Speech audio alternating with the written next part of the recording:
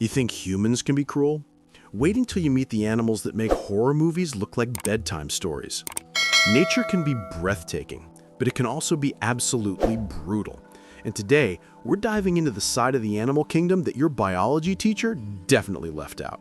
Let's start with something that sounds straight out of a crime documentary: infanticide. In the animal world, this isn't rare, it's a survival strategy. Take lions, for example. When a new male takes over a pride, he doesn't just roar and look cool for nature documentaries, he kills. Specifically, he kills all the cubs that weren't his, every single one.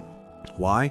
Because when the cubs are gone, the females stop nursing and become fertile again. The new male can then mate with them and pass on his own genes. It's brutal, but it's how nature ensures the strongest genes survive. In the wild, it's less about mercy and more about math. And if that's disturbing, just wait until we go inside the womb. Some sand tiger sharks begin life in a way that sounds more like a horror movie than biology. Multiple embryos start developing inside the mother, but only one will ever make it out.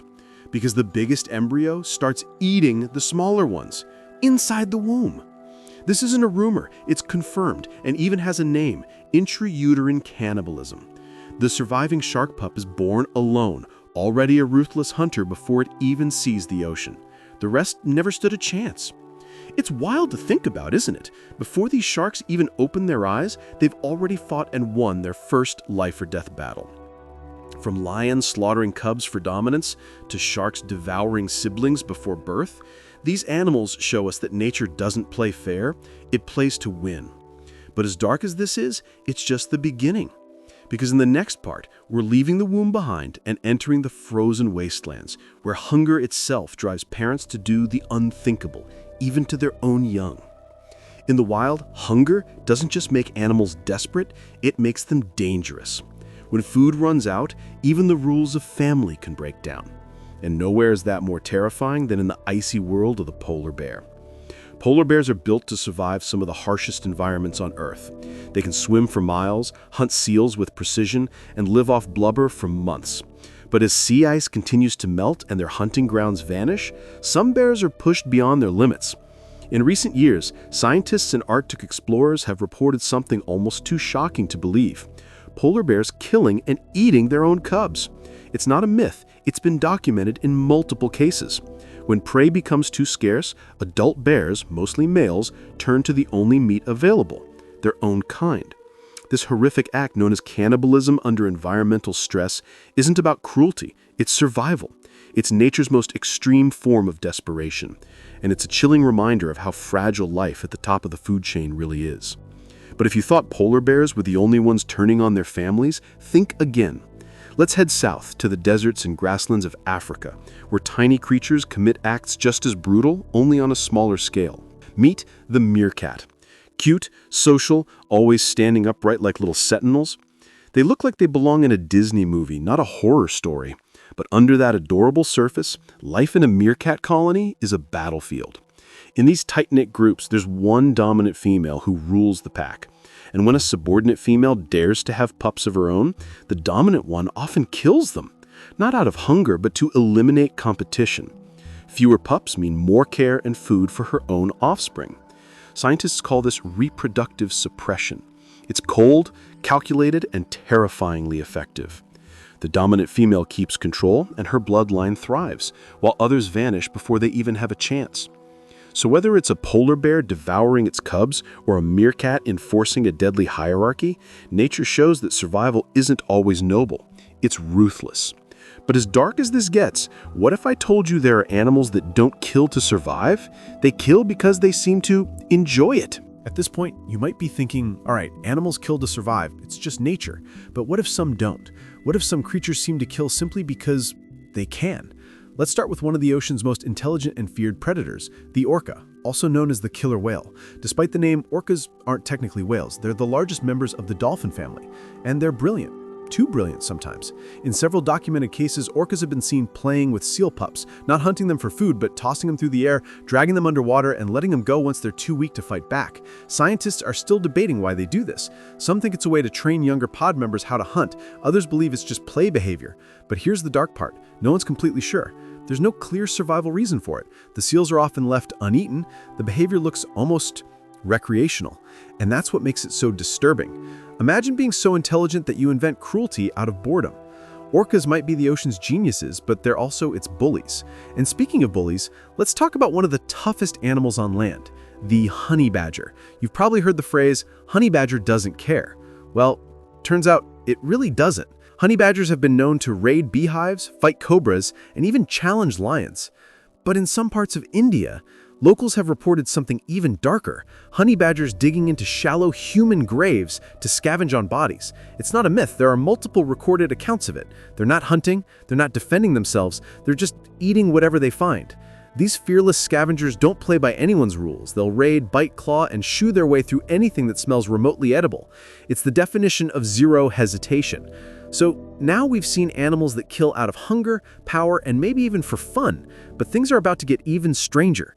Because next we're looking at animals that don't just kill their own kind, they cross species lines in ways that even science can't fully explain. By now you've seen animals kill to survive, to dominate, and maybe even for fun. But what happens when they start turning their violence toward other species or even their own young in ways that make no sense at all? Let's start with one of the most feared predators in Africa, the Nile crocodile.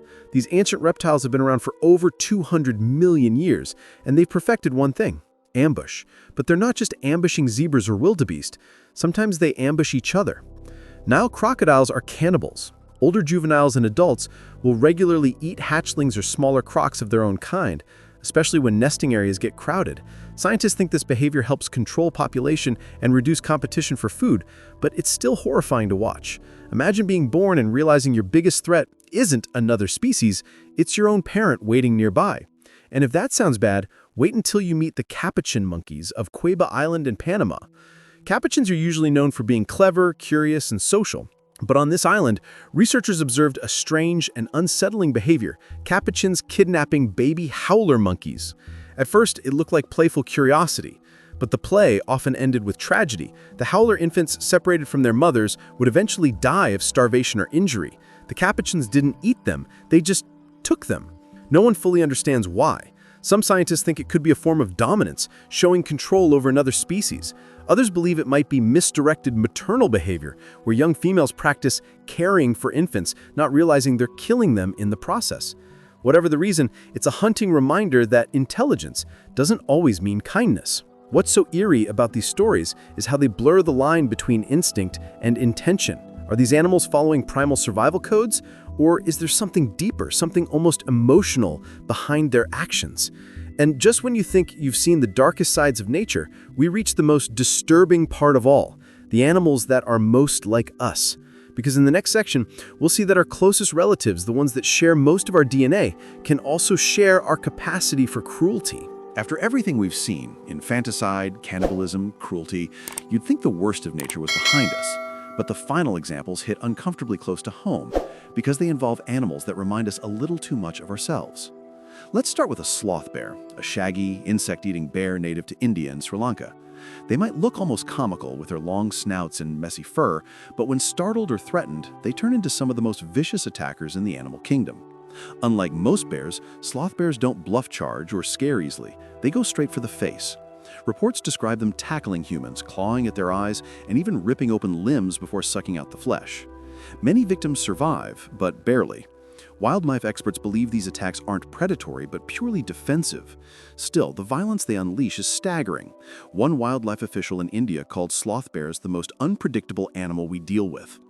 It's a brutal reminder that even gentle-looking creatures can have terrifying instincts buried beneath the surface. But now we move even closer to home, our own evolutionary cousins, the chimpanzees. We share about 98% of our DNA with them. They laugh, form friendships, use tools, and wage war.